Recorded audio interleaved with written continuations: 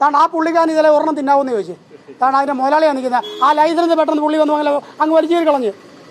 പുള്ളി വലിച്ചേരി പുള്ളിയുടെ പുകയിലുണ്ട്. സാറേ ഇത് കൊടുക്കുന്നത് റെയിൽവേ സ്റ്റേഷനിലാണ് കൊടുക്കുന്നത്. എത്രയോ മലയാളികൾ തിന്നുന്ന, കുഞ്ഞുങ്ങൾ തിന്നുന്ന. ഇവനൊക്കെ ഇതിന് കൂട്ട് നിൽക്കാവും. ഇവനെയൊക്കെ തൂക്കിക്കയറ്റണം. തൂക്കുമരുന്ന് എന്നറിയോ ഈ ആഹാരത്തിൽ ഇങ്ങനെ കാണിക്കുന്ന കൃത്രിമം. ഇവനറിയാതെ ഇത് പോത്തിന് ഈ സംഭവം. ആഹാരത്തിൽ ഒരിക്കലും ചെയ്യരുത്. ആഹാരത്തിൽ ചെയ്യരുത്. ഒന്ന് വിളിച്ച് കാര്യങ്ങൾ പറയാം. കാര്യം കണ്ടം നിർത്താൻ ഞാൻ ഏത് കോടതി കയറി പറയാനും ഈ പറഞ്ഞ പോലെ പറയാൻ ഞാൻ നല്ല ചങ്കൂറ്റമുണ്ട് എനിക്ക്.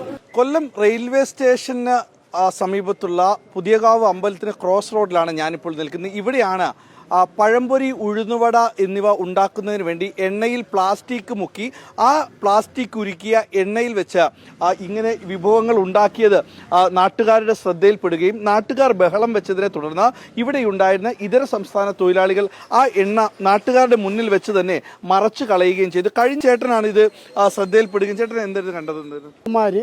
പ്ലാസ്റ്റിക് കവർ എടുത്ത് ഇതിനകത്ത് അരിപ്പയ്ക്കകത്ത് താത്ത് വെക്കുന്നത്. അപ്പം ഞാനിങ്ങനെ എത്തി നോക്കിയപ്പം എണ്ണയ്ക്കകത്ത് എണ്ണ തിളച്ചുകൊണ്ടിരിക്കുകയാണ്. ആ എണ്ണയ്ക്കകത്ത് പ്ലാസ്റ്റിക് കവർ ഉരുക്കിക്കൊണ്ടിരിക്കുക.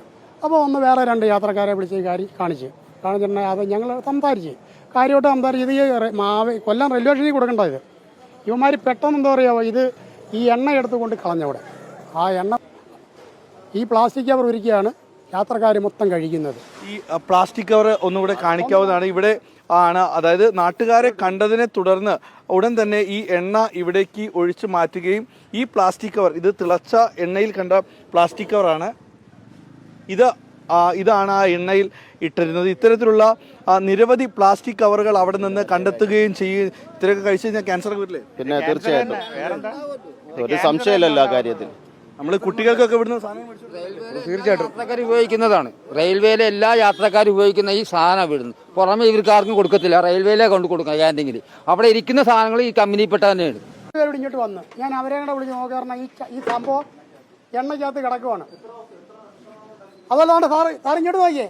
ഇപ്പോഴെന്ന് വൃത്തിയാക്കിയതാ. ഇത് ഞങ്ങൾ കണ്ടോണ്ടിരിക്കും. ഇപ്പൊ ഇവ വെള്ളം തുടച്ചാണ് ഇതിനകം എല്ലാം ക്ലീൻ ചെയ്തത്. അതുകൊണ്ട് ഇതുപോലെ കിടക്കുമായിരുന്നു ഇതിനകം. ദൃഷ്ടിയ കണ്ടപ്പോഴത്തേക്ക് ഗുരുതരമായ കുറ്റകൃത്യം ആണ് ഇവിടെ നടന്നിട്ടുള്ളത്. ഗുരുതരമാണ്. ഇത് വെച്ചിട്ടാണ് ഇതെല്ലാം ചെയ്തിട്ടുണ്ടെന്നുണ്ടെങ്കിൽ അത് അതിലേറെ ഗുരുതരമാണ്. ഭക്ഷണ സാധനങ്ങളാണ് കൊടുത്തുകൊണ്ടിരുന്നത്. അത് ഈ പറഞ്ഞതുപോലെ എനിക്ക് പറയാൻ വാക്കുകളില്ല, അത്രേ പറയാൻ പറ്റുന്നുള്ളൂ. ഇപ്പോൾ ശക്തമായ നടപടി എന്ന് പറയുന്നത് വാക്കുകളിൽ ഒതുക്കുന്നതല്ല. നടപടി വാക്കുകളിൽ ഒതുക്കിയോ ശക്തമായ നടപടി എന്നോ വെറുതെ പറഞ്ഞു നിർത്താവുന്നതല്ല. കട ഇപ്പൊ എന്തായാലും ക്ലോസ് ചെയ്യുമല്ലോ. ലൈസൻസ് കൊണ്ടുവരട്ടെ. ആദ്യം ലൈസൻസ് നോക്കട്ടെ. ലൈസൻസ് ഉണ്ടെങ്കിൽ നമുക്ക് ക്ലോസ് ചെയ്യാൻ വേറെ വ്യവസ്ഥകളാണ്. ഇത് പ്രൂവ്ഡ് ആയിരിക്കണം. ഇത്